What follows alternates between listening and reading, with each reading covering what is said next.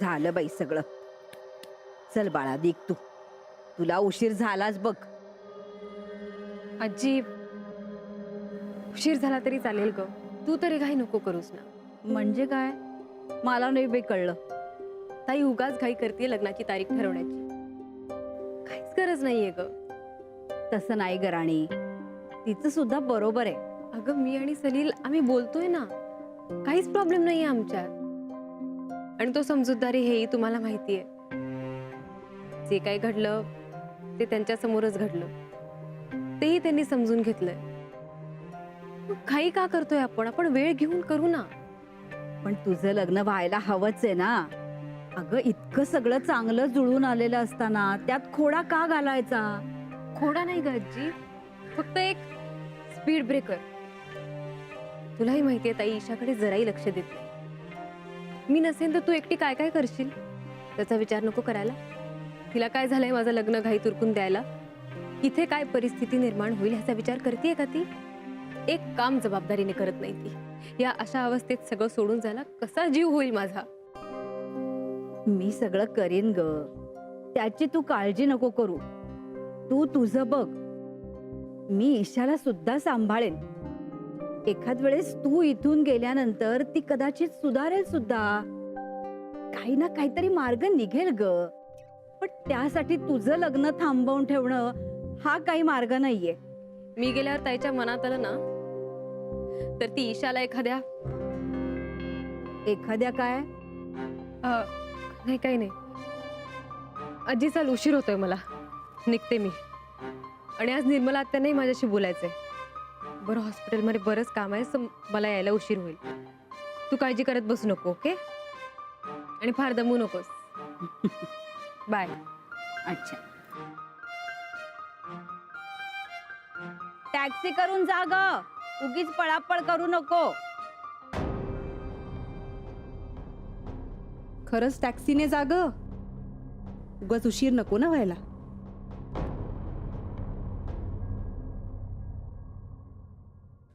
माझी अपॉइंटमेंटची डायरी सापडत नाहीये. सर तुमची पहिली अपॉइंटमेंट घोलकर म्हणून एक पेशंट येणार आहेत त्यांच्या बरोबर आहे. म्हणजे असं मानसी मॅम बोलल्याचं आठवतंय मला, पण बाकीचे सगळे डिटेल्स हे त्यांच्याच डायरीत आहेत. ठीक आहे, येईलच ते. Good morning. Good morning. काल डॉक्टर भालेरावांना फोन करायचा होता, केला का? नाही केला असेल तर ते काय म्हणाले, म्हणजे मला त्याप्रमाणे सगळी तयारी करून ठेवायला हवी. ऍक्च्युली त्यांना फोन मानसी मॅम करणार होत्या. का तुम्ही सगळे तिच्यावर अवलंबून राहता? आणि मला हे कालच का नाही सांगितलंस तू? Sorry ma'am. सॉरी काय, अशाने एकही काम धड होत नाही. आत्ता काम डाऊन, तू अपसेट नको होस. अरे अपसेट कसं नको हो? विक्रांत सगळी घडी विस्कटते इथली आपली, आणि आपल्याला मानवणार नाही ते. ठीक आहे, तू जा, मी पाहते. मानसी कुठे? येतच असेल आता, काही बोलली नाहीये. पाहिलंस, मला माहित होतं हे अगदी असंच होणार. म्हटलं होतं ना मी तुला. आत्या, it's okay, take it easy. Okay, what take it easy? आणि तिचीही धावपळ होत असेल. अरे मग नीट काय तो विचार करायचा ना. आपल्याला घरचं आणि हे इथलं हॉस्पिटलचं जमणार आहे की नाही याचा विचार नको का करायला? विक्रांत, अरे जबाबदारीने वागायला हवं. नाही, माणूस कसा एकदा समजून घेईल, दुसऱ्यांदा समजून घेईल, पण कायम नाही ना कोणी समजून घेणार. अगं पण आत्या, असं सारखं सारखं कुठे घडतंय? यापुढे होणार, लिहून घे. मी सांगते ना, अरे इतकी वर्ष काम करते मी विक्रांत. हे बघ, कित्येक माणसं पाहिलेली आहेत, त्यांचे प्रॉब्लेम्स पाहिलेले आहेत. काल आपण चांगलं काम केलं म्हणून कुणी जन्मभर तुमचं कौतुक करत नाही ना बसणार. आपली जबाबदारी कळायला हवी. फोन कर तिला, फोन कर आणि विचार कुठे आहेस, म्हणजे येणार आहे की नाही. आणि जर यापुढे असंच होणार असेल तर उद्यापासून आली नाहीस तरी चालेल असं सांग तिला.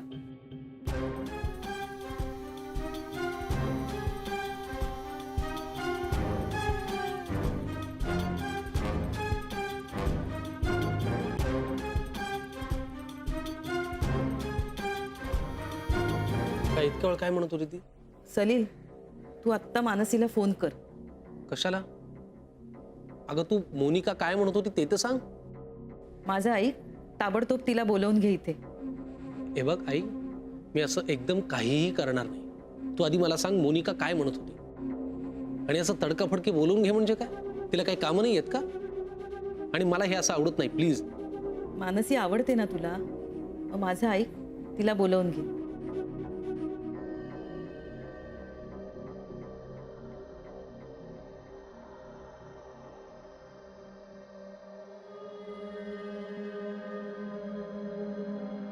रिक्षा,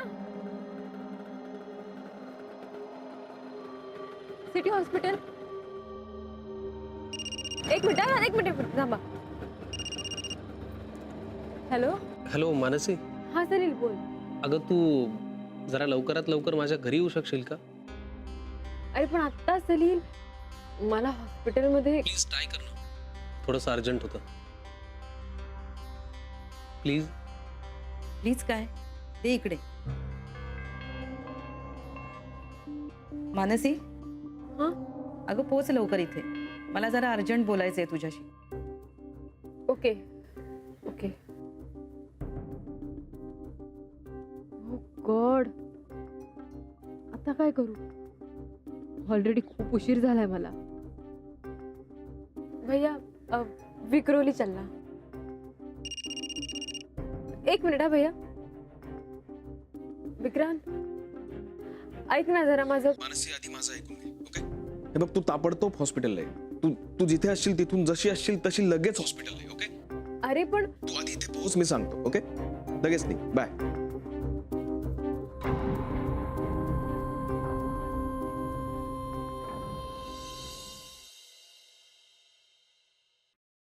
नाही, सॉरी डॉक्टर भालेराव. नाही, मी तुम्हाला फोन करायला सांगितला होता, पण काही कारणाने तो राहून गेला.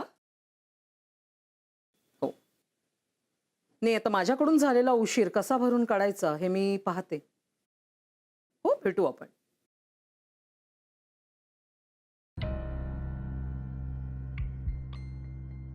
डॉक्टर भालेरावांना फोन करून एका रिपोर्टचे डिटेल्स द्यायचे होते.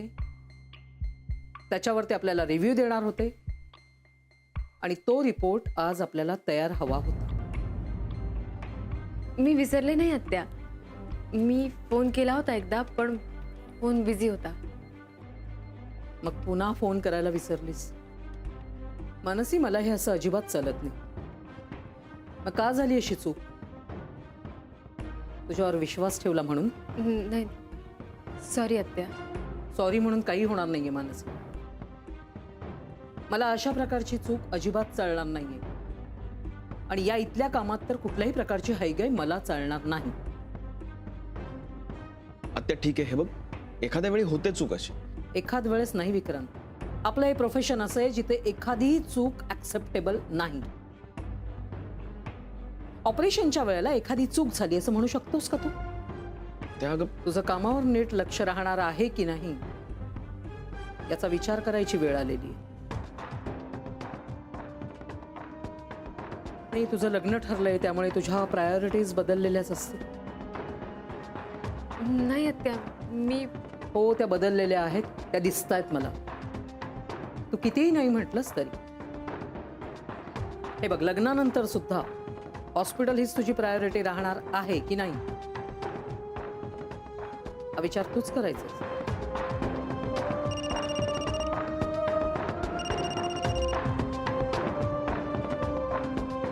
बघितलंस, हल्ली तुझा फोन सारखा वाजत असतो. त्यामुळे बऱ्याचदा तू गोंधळलेली असतेस, गडबडलेली असतेस, हरवल्यासारखी असतेस. हे असं चालणार नाही.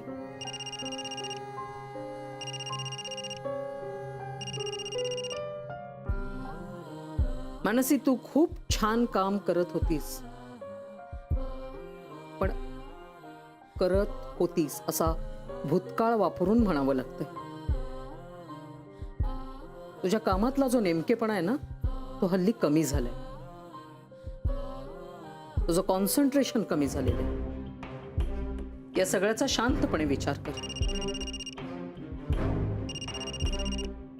सॉरी. आत्ताही सांगण्यात काही अर्थच नाही, कारण मी जे काही बोलते त्याच्याकडे तुझं धड लक्षच नाहीये.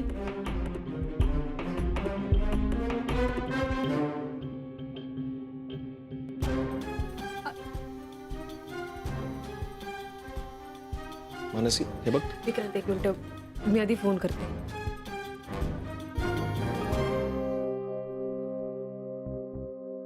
ऑपरेशन सुरू होतं का? म्हणजे तू ऑपरेशन करत होतीस का? आई नाही नाही, मी अजून ऑपरेशन नाही करत, पण एक महत्वाची मीटिंग होती. काम माझंही महत्वाचं होतं ग मानसी.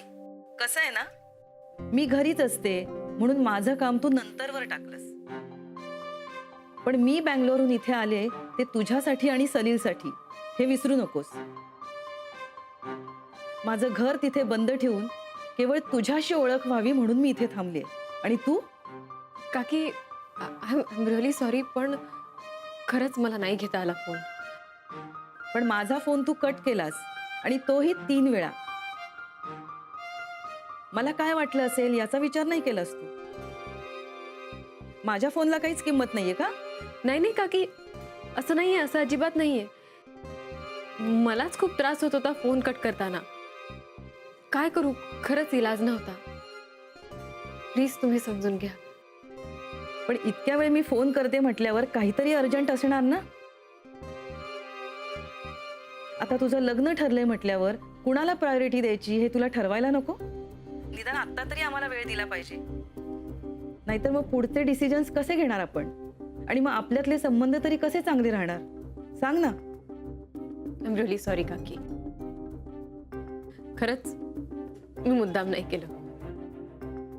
तू मुद्दाम केलंयस असं म्हणायचंच नाहीये मला, पण आम्ही यासाठी जितका वेळ देतोय ना तितका तू वेळ देत नाहीयेस असं वाटतंय मला, आणि हे बरोबर नाहीये इतकंच म्हणायचंय मला.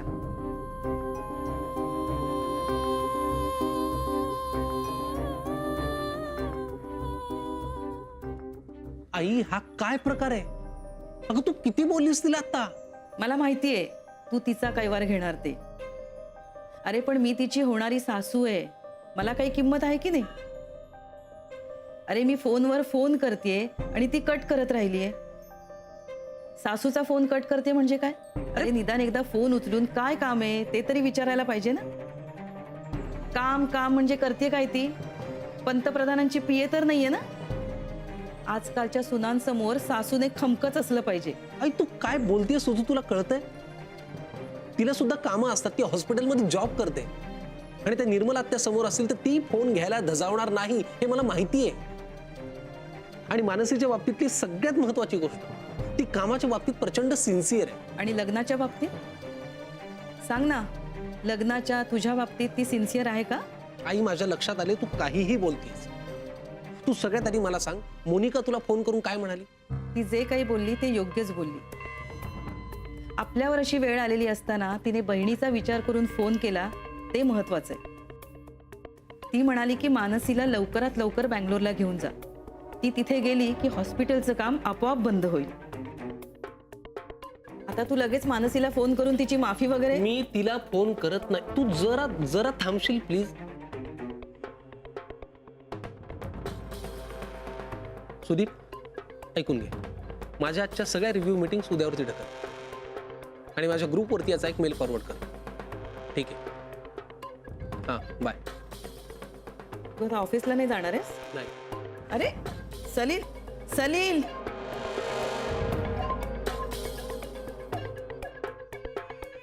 म्हणजे हा नक्की मानसीला. अरे बोला ना कोणीतरी. मी काय वेडा आहे का इथं उभं राहून एकटाच बडबड करायला? तुम्हाला काय वाटलं की इथं स्वयंपाकघरात येऊन बसलं की नानू तिथं पोचू शकणार नाही म्हणून? पण नानूला जेव्हा उत्तर हवं असतं ना तेव्हा तो त्याचा शोध घेत कुठेही पोचू शकतो. बोला. म्हणजे अगं बोल की घडा घडा, नुसतं हा ऊ काय चाललंय तुझं? मामा थोडा विचार तर करू द्या आम्हाला. असं एकदम कसं उत्तर देणार? पण मी विक्रांतच्या भल्याच बोलतोय ना, मग त्याचा विचार करायला एवढा वेळ कशाला लागायला हवा? मला ना या सगळ्या प्रकाराचीच भीती वाटते. घटस्फोट या शब्दाचीच भीती वाटते मला. म्हणूनच मी लग्नाविषयी बोलतोय. विक्रांतचं दुसरं लग्न होणं हे गरजेचं आहे आणि तेही लवकरात लवकर, म्हणजे त्याच्या आयुष्याची घडी नीट बसावी म्हणून. त्याआधी त्याला त्या घटस्फोटातनं जावंच लागेल. अगो बाई, मग मग आता हे बघ, आता जे काय होईल ते सगळं आपल्याला धीराने घ्यायचंय.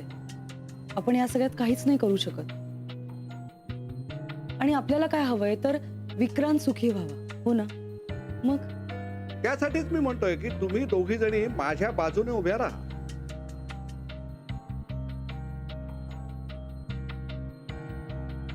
मला उत्तर हवंय तुमच्याकडनं. हो तर हो म्हणा, नाही तर नाही म्हणा. आणि अलके, आता घटस्फोट ही काही फार भयंकर गोष्ट राहिलेली नाहीये बरं का. आपल्या काळात वेगळं होतं.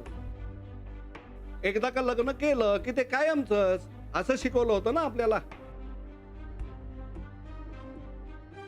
त्यामुळे त्यावेळेची सगळी लग्न टिकली. आता काय, जरा खुट्ट वाजलं की लगेच यांना घटस्फोट हवा असतो. त्या बाबतीत हल्लीची मुलं फार कणखर असतात बरं का. नाही पण त्याचं तू टेन्शन घेऊ नकोस. आणि शेवटी ते विक्रांतच्या चांगल्यासाठीच होणार आहे हेच बघायचं काय. पण हे असं व्हायलाच नको हो नानू मामा. दोघांनी जमवून घ्यायला हवं. आता तर पदरी पोर आहे आपली आहे का ती. पण हे असं व्हायलाच नको होतं. का ती ईशा आपली नाहीये ग? का हे लग्न असं मोडताना आपल्याला बघावं लागतंय? आणि का हे सगळं माझ्या विक्रांतच्या नशिबी यावं? वहिनी, गीता, तुला पटतंय ना माझं म्हणणं? काय विक्रांतचा त्या ईशामध्ये जीव अडकल्यामुळे तो दुसऱ्या लग्नाला तयार होणार नाही माहितीये मला. पण त्याला पटवणं हे जास्त गरजेचं आहे. आता काय त्यानं ईशाला वाढवत आपलं आयुष्य एकट्यानंच घालवायचं का? हा, हेच पाहिजे का आपल्याला? नाही ना. म्हणून म्हणतो की आपण सगळ्यांनी एकत्र येऊन त्याच्यावर दबाव आणला पाहिजे. आणि यासाठी मला तुमची साथ हवी आहे. अलके, हा घटस्फोट होणार आहे हे अगदी मनाशी पक्क करून टाकतो. हा.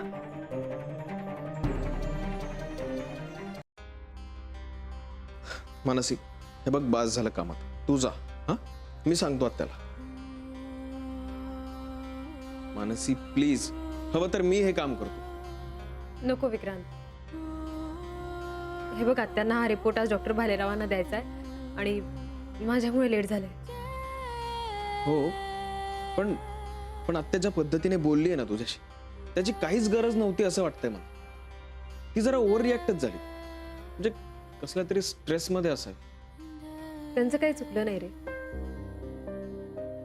मी फोन करायला विसरले हे खरंच आहे आणि त्यामुळे नुकसान झालं हेही खरं आहे. त्यांना राग येणं स्वाभाविकच आहे. हो, पण त्यामुळे सलीलच्या आईचा राग ओढवून घेतलास ना तू. त्याचं काय?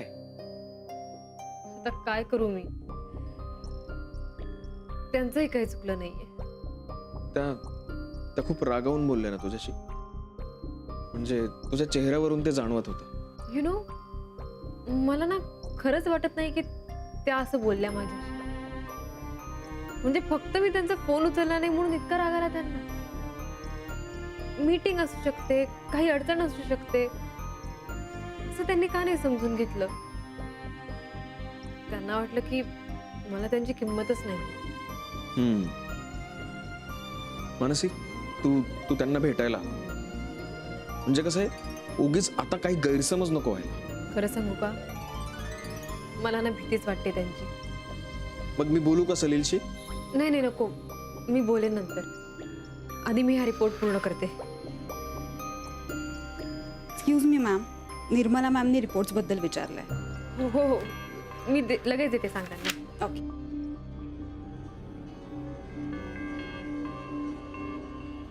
मानसी मानसी माझं ऐक, आपण सलीलला भेटूया. ओके? कसं आहे, तुमच्या दोघांच्या या फेज मध्ये काही गैरसमज नको व्हायला. हं? एक 10 मिनिटात तू काम आटपून घे, मग आपण लगेच निघूया. हा, आणि सलीलला बोलावून घेऊ. ओके?